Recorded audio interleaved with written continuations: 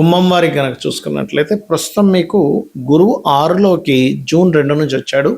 కానీ జూన్ 8వ తేదీ నుంచి శుక్రుడు కూడా వచ్చి చేరుతున్నాడు. ఎప్పుడైతే శుక్రుడు కూడా వచ్చి జూన్ 8వ తేదీ నుంచి ఈ గురు శుక్రులు ఇద్దరు కూడా 6వ భావంలో ఉంటారో ఇది ఇచ్చేటువంటి రిజల్ట్ ఏమిటి అని చెప్పి చూసుకున్నట్లయితే ఇక్కడ ఒకటే గుర్తుపెట్టుకోండి. ఈ శుక్ర గురువుల యొక్క ప్రభావం మీకు 6లో ఉన్నందుకు చాలామంది భయపడుతుంటారమో 6లో ఉన్నారండి ఏమిటని. దానికి ఏ జాగ్రత్త తీసుకోవాలో కూడా చెప్తాను. అదేవిధంగా మిగతా గ్రహాల యొక్క ప్రభావం ఎలా ఉండబోతుంది అనేటువంటి విషయాలు కూడా చెప్తుంది. నేనైనప్పటికీ చెప్పిస్తుంది సాక్షాత్ లలిత అమ్మవారిగా భావిస్తూ ఆ లలితాంబిక అమ్మవారి యొక్క అనుగ్రహం మీకు పరిపూర్ణంగా కలగాలని మనస్ఫూర్తిగా కోరుకుంటూ, ఇక్కడ 6వ భావం అనేటువంటి అప్పులు అంటే రుణలాభం ఉంటుంది. ఇక్కడ రుణాల కోసం ప్రయత్నం చేస్తున్నాం. రుణాలు లభించడం కూడా గొప్ప యోగమే. ఎందుకంటే మనం ఒక ఫ్యాక్టరీ పెట్టాలి, లేదా ఒక బిజినెస్ స్టార్ట్ చేయాలి, లేదా ఒక పెళ్లి చేయాలనుకుంటున్నారు, రుణం కావాలిగా. అలా రుణ యోగాన్ని ఇస్తుంది. అలానే మనకి చూడ 10 లక్షలు అవసరం ఉన్నాయి. బ్యాంక్ వాడు ఏం చేస్తారు, సార్ మీకు 15 lakhs వరకు ఎలిజిబిలిటీ ఉందండి, 25 lakhs వరకు ఎలిజిబిలిటీ తీసేసుకోండి అంటాడు. తీసుకోవడం చాలా సులభం, కానీ అది తీసుకున్న తర్వాత అది ఖర్చు పెట్టేసిన తర్వాత మళ్ళీ కట్టాలంటే కష్టం. కాబట్టి ఎంత అవసరం అంతే తీసుకోండి. అలాగే మీకు ఏలినాటి శని నడుస్తుంది 2వ భావంలో, కుంభం వారికి శని ప్రభావం. అయితే ఈ శని యొక్క ప్రభావాన్ని గురువు ఎప్పుడైతే 6వ భావంలో శుక్రుడితో కలిసి చూస్తున్నాడో పూర్తిగా తగ్గుతుంది. అంటే ధనపరమైనటువంటి విషయంలో కొంత మీకు వెసులుబాటు కలగనుంది. గతంతో పోల్చుకుంటే ఖచ్చితంగా ఇంప్రూవ్మెంట్స్ అయితే ధనపరంగా వస్తాయి, అందులో ఎటువంటి సందేహం లేదు. ఉద్యోగపరంగా యోగం ఉంది. ఉద్యోగపరంగా కొన్ని మార్పులు కూడా బలంగా చూపిస్తున్నాయి. కాకపోతే ఎట్టి పరిస్థితుల్లో గురువులతోని మరియు స్త్రీలతోని అనవసరమైన గొడవల జోలికి వెళ్ళకండి. గురువుల మూలంగా స్త్రీల మూలంగా అనవసరమైనటువంటి గొడవలు, అనవసరమైన లిటిగేషన్స్ ఏర్పడేటువంటి ఛాన్సెస్ ఎక్కువగా ఉన్నాయి. 6లో శుక్రుడు గురువు ఉన్నందుకు వివాహ నిర్ణయాలు తీసుకునేటప్పుడు కాస్త జాగ్రత్తగా తీసుకోవాలి. అదేవిధంగా కాస్త మీరు కాలభైరవుడి యొక్క అష్టకము, విష్ణు సహస్రనామాలు ఎక్కువగా చేయండి. మరియు నవగ్రహాల్లో ప్రత్యేకంగా మీకు లగ్నంలో రాహు ఉంటూ 6వ భావంలో ఈ 2 గ్రహాల యొక్క కలయిక, సప్తమంలో కేతు ఉన్నందుకు పార్ట్నర్షిప్స్ కానీ వివాహ సంబంధించిన విషయంలో ఎవరైనా ఎంపిక చేసుకునే అంశాల్లో కానీ కాస్త జాగ్రత్తగా ఉండాలి. అదేవిధంగా మరొక విషయం ఏంటంటే, ఇక్కడ మీరు గమనించినట్లయితే ఈ గ్రహాల యొక్క కలయిక ఏదైతే ఉంటుందో, అంటే ఈ లగ్న సప్తమాల్లో ఉండే రాహుకేతువులు 6వ భావంలో ఉండేటువంటి గ్రహాల మూలంగా మీకు దగ్గరలో ఏదైనా దత్తాత్రేయ క్షేత్రం కనుకున్నట్లయితే, దత్తాత్రేయ క్షేత్రంలో పాలని కానీ, తెల్లటి పుష్పాలు కానీ, గంధము కానీ, పసుపు కానీ ఇవి కనుక ఇచ్చినట్లయితే అనవసరంగా స్త్రీ నుంచి వచ్చేటువంటి గొడవలు రాకుండా ఉంటాయి. మరియు శుక్ర గురువులు 6లో ఉన్నందుకు రుణ సంబంధమైన ఇబ్బందులు కూడా తగ్గుతాయి. ఈ గ్రహాల యొక్క కలయిక అనేటువంటిది గోచారంలో జరిగితే ఒక ఫలితము, మీ జన్మజాతకంలో జరిగితే ఒక ఫలితం అండి. ఇప్పుడు ఇదే గురు శుక్రుల యొక్క విషయం తీసుకుందాం. మీకు జన్మజాతకంలో ఒక్కొక్క స్థానంలో ఉంటే ఒక్కొక్క ఫలితం ఇస్తుంది గురు శుక్రులకు సంబంధించింది. లగ్నంలో ఉండడానికి కూడా మనిషి సాటిస్ఫాక్షన్, విపరీతమైన సాటిస్ఫాక్షన్లో ఉంటాడు మనిషి.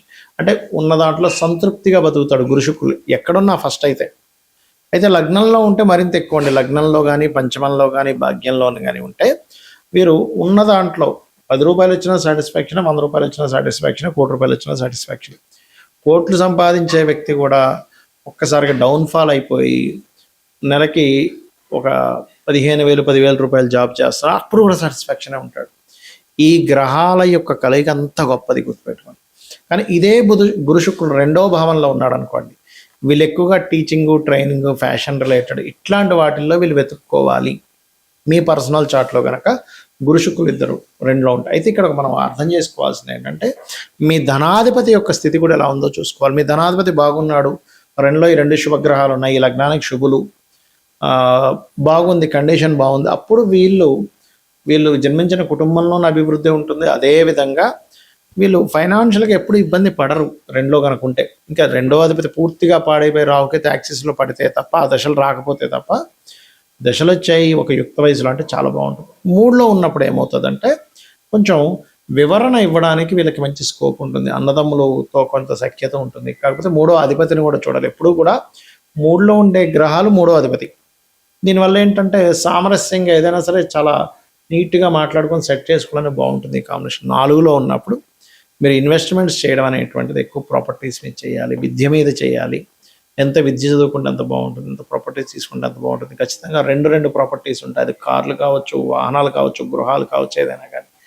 పంచమంలో ఉన్నప్పుడు మంచి శుభమైనటువంటి ఫలితాలు, అంటే మంచి సంతానం కలిగిస్తుంది.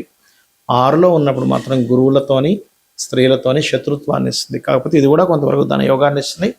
కంఫర్ట్ జాబ్స్ని వీళ్ళు వెతుక్కుంటారు. సప్తమంలో ఉన్నప్పుడు మిమ్మల్ని గైడ్ చేసే శ్రీమూర్తి రావడం, మీకు చక్కగా అంటే అందమైన అమ్మాయి లేదా అందమైన అబ్బాయి, చక్కటి రూపురేఖలు, చక్కటి గైడ్ చేసేవాళ్ళు మీ భాగస్వామిగా వస్తూ ఉంటారు. అష్టమంలో ఉన్నప్పుడు కొంత ఇన్సూరెన్సెస్ మూలంగా కలిసి వస్తుంది. అంటే ఇన్సూరెన్సెస్ కట్టడం, ఇన్సూరెన్సెస్ ఫీల్డ్స్లో మీరు ఉండడము, పిహెచ్డీస్ చేయడము, ఇటువంటి వాటి మూలంగా, లేదా తాతగారి ఆస్తి మూలంగా కలిసి వస్తూ ఉంటుంది.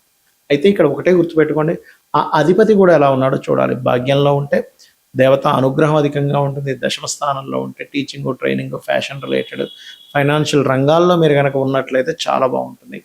లాభంలో ఉన్నప్పుడు ఇటువంటి రంగాల్లోనే వ్యాపార రంగాల్లో బాగుంటుంది. ఫ్యాషన్ కానీ, ట్రైనింగ్స్ కానీ, టీచింగ్ కానీ, ఇట్లాంటి విషయాల్లో 12వ భావంలో కనుక ఉన్నట్లయితే ఇక్కడ ఇది కొంతవరకు మ్యారిటల్ లైఫ్ విషయంలో ఇక్కడ 12వ అధిపతిని కూడా పరిశీలన చేయాలి. లేనట్లయితే ఒక్కొక్కసారి ఇది ఏమవుతుందంటే 2 వివాహాల యోగాన్ని కూడా ఇస్తుంది. ఇలాగా 2 గ్రహాల కలయిక ఒక యోగాన్ని క్రియేట్ చేస్తుంది, గుర్తుపెట్టుకోండి. ఆ యోగము శుభంగా ఉందా, ఇబ్బందిగా ఉందా, 2 గ్రహాల కలయిక. ఎందుకంటే ఇప్పుడు మనం అంటే గురు శుక్రులు మాట్లాడుకున్నాం. అదే కుజరాహువులు మంచిది కాదు, శనికేతువులు మంచిది కాదు, రవిరాహు మంచిది కాదు. అయితే ఒక్కొక్కసారి మంచి కూడా చేస్తుంది. ఎప్పుడు అంటే అక్కడ పడేటువంటి పోర్ట్ఫోలియో, అంటే ఆ అధిపతి ఎలా ఉన్నాడు, ఆ గ్రహం యొక్క బలాబలాలు ఎలా ఉన్నాయి, మహాదశలు అంతర్దశలు ఎలా ఉన్నాయి, నవాంశ చక్రంలో ఉండేటువంటి బలం ఎలా ఉంది అనేటువంటి దాన్ని కూడా మనం పరిశీలన చేయాలి. అయితే ఏ గ్రహాలు ఎక్కడ ఎలా ఉన్నా ఒకటే బాగా గుర్తుపెట్టుకోండి, మీరు కనుక లలిత అమ్మవారిని నమ్ముకొని లలితా సహస్రనామాలు నిత్యము చేయగలిగితే మిమ్మల్ని ఆ అమ్మవారు ఒక తల్లి బిడ్డని కాపాడినంతగా ఖచ్చితంగా అదే విధంగా కాపాడుతుంది. చూడండి, మనం ఈ విశ్వంలో ఉన్న ప్రతి జీవరాశిని చూస్తూ ఉంటాం. ఆ ప్రతి జీవరాశిలో కూడా చూడండి, కోడి ఉంది, తన పిల్లలంతా జాగ్రత్తగా కాపాడుతుంది, గద్దెత్తి వెళ్ళిపోకుండా. అదేవిధంగా ఏ జీవరాశి అయినా సరే, కోడి దగ్గర నుంచి, పక్షుల దగ్గర నుంచి, క్రూర మృగాల దగ్గర నుంచి, ప్రతిదీ కూడా ఎలాగైతే కాపాడుతుందో అంతే విధంగా మీకు అమ్మవారి యొక్క ఆరాధన కనుక చేసినట్లయితే మీకు ఒకటి నిత్యము చేయడం వల్ల మీకు కష్టాలు ఉన్నా సరే దాన్ని అధిగమించేటువంటి శక్తి వస్తుంది, గుర్తుపెట్టుకోండి. ఏమైపోతుందో మహా అంటే సరే ఇప్పుడు కష్టపడించాను, రేపు పొద్దున సుఖపడతాను కదా అని తెలియని ఒక మనోధైర్యం పెరుగుతుంది. రెండవది, దాన్ని ఎలా హ్యాండిల్ చేయాలో తెలుస్తుంది. ఒక సిచ్యువేషన్ వచ్చినప్పుడు హ్యాండిల్ చేయడం తెలియాలి, ఎలా హ్యాండిల్ చేయాలి దీన్ని. మూడవది ఏంటంటే, ఆ కష్టము ఖచ్చితంగా మీ జీవితంలోంచి తొలగిపోవడం జరుగుతుంది. ఈ 3 ఖచ్చితంగా మీరు అమ్మవారి యొక్క ఆరాధన చేయడం ద్వారా తొలగిపోతాయి, గుర్తుపెట్టుకోండి. అయితే ఇక్కడ మనం అర్థం చేసుకోవాల్సింది, ఇలాంటి కాంబినేషన్స్, అంటే ఒక మంచి కాంబినేషన్ ఉన్నప్పుడు గోచారంలో గ్రహాలు గనక అనుకూలిస్తే చాలా అద్భుతమైనటువంటి ఫలితాలు వస్తాయి. ఒకటేసారి మనం చూస్తూ ఉంటాం, చూసారా, కోట్లకు వెళ్ళిపోయాడండి అని. అలా కాకుండా బ్యాడ్ కాంబినేషన్స్, ఇందాక మనం చెప్పుకున్నట్టుగా శనికేతువులు కానీ, రవిరాహులు కానీ, కుజశని కానీ, కుజబుధులు కానీ, లేకపోతే కుజరాహు కానీ, చంద్రరాహు కానీ, ఇలాగ శని రాహు కానీ, ఇలా కొన్ని బ్యాడ్ కాంబినేషన్స్ ఉన్నప్పుడు ఆ గోచారంలో ఉండేటువంటి శని కానీ, రాహు కానీ, కేతు కానీ ప్రతికూల ఫలితాలు వచ్చేటప్పుడు మాత్రం మీరు నవగ్రహాల దగ్గర దీపారాధన చేయండి. లేదంటే ఏ పాపగ్రహాల వల్ల కలిసి వచ్చిందో ఆ పాపగ్రహాల దగ్గర దీపారాధన చేసి అప్పుడు లలిత చదువుకోండి. అప్పుడు దాని మూలంగా ఏమవుతుందంటే మీకు ఖచ్చితంగా మీరు ఏదైతే ఇబ్బంది పడుతున్నారో ఆ దోషం తొలగిపోతుంది. అయితే దీంతో పాటు ఎప్పుడు కూడా గుర్తుపెట్టుకోండి, ఇంట్లో ఉండేటువంటి వాస్తు కూడా ఎలా ఉందో చెక్ చేసుకోవాలి. మనకు ఆల్ ఆఫ్ సడన్గా చాలా ఎక్కువ ఇబ్బంది వస్తుంది అంటే నైరుతి పాడైందని అర్థం. ధనపరంగా ధనం అసలు ప్రొడ్యూసే అవ్వట్లేదంటే ఆగ్నేయం దోషం అయిందని అర్థం. అంటే ఏం లేదు, పెరగడం లేదా తగ్గడం, అక్కడ పెట్టకూడని వస్తువులు పెట్టడం, నీరు ఎక్కువగా పెట్టడం ఆగ్నేయంలో జరుగుతుంటుంది. అసలు ధనం ఎప్పుడు నిలబడదండి, ఉత్తరం పాడైంది. ఎప్పుడు రోగాల బారిన పడుతున్నాం, వాయువ్యము లేదా ఉత్తర ఈశాన్యం పాడైంది, ఉత్తర ఈశాన్యం పాడైంది. ఆలోచన విధానం దెబ్బతిన్నది, ఈశాన్యం పాడైంది. సంతానం సరిగ్గా సఖ్యత లేదు, ఈశాన్యం పాడైంది. సమాజంలో సరైనటువంటి ఇది లేదు, తూర్పు పాడైందని అర్థం చేసుకోవాలి. ఇది చేయండి, అన్ని విధాలా మీకు బాగుంటుంది.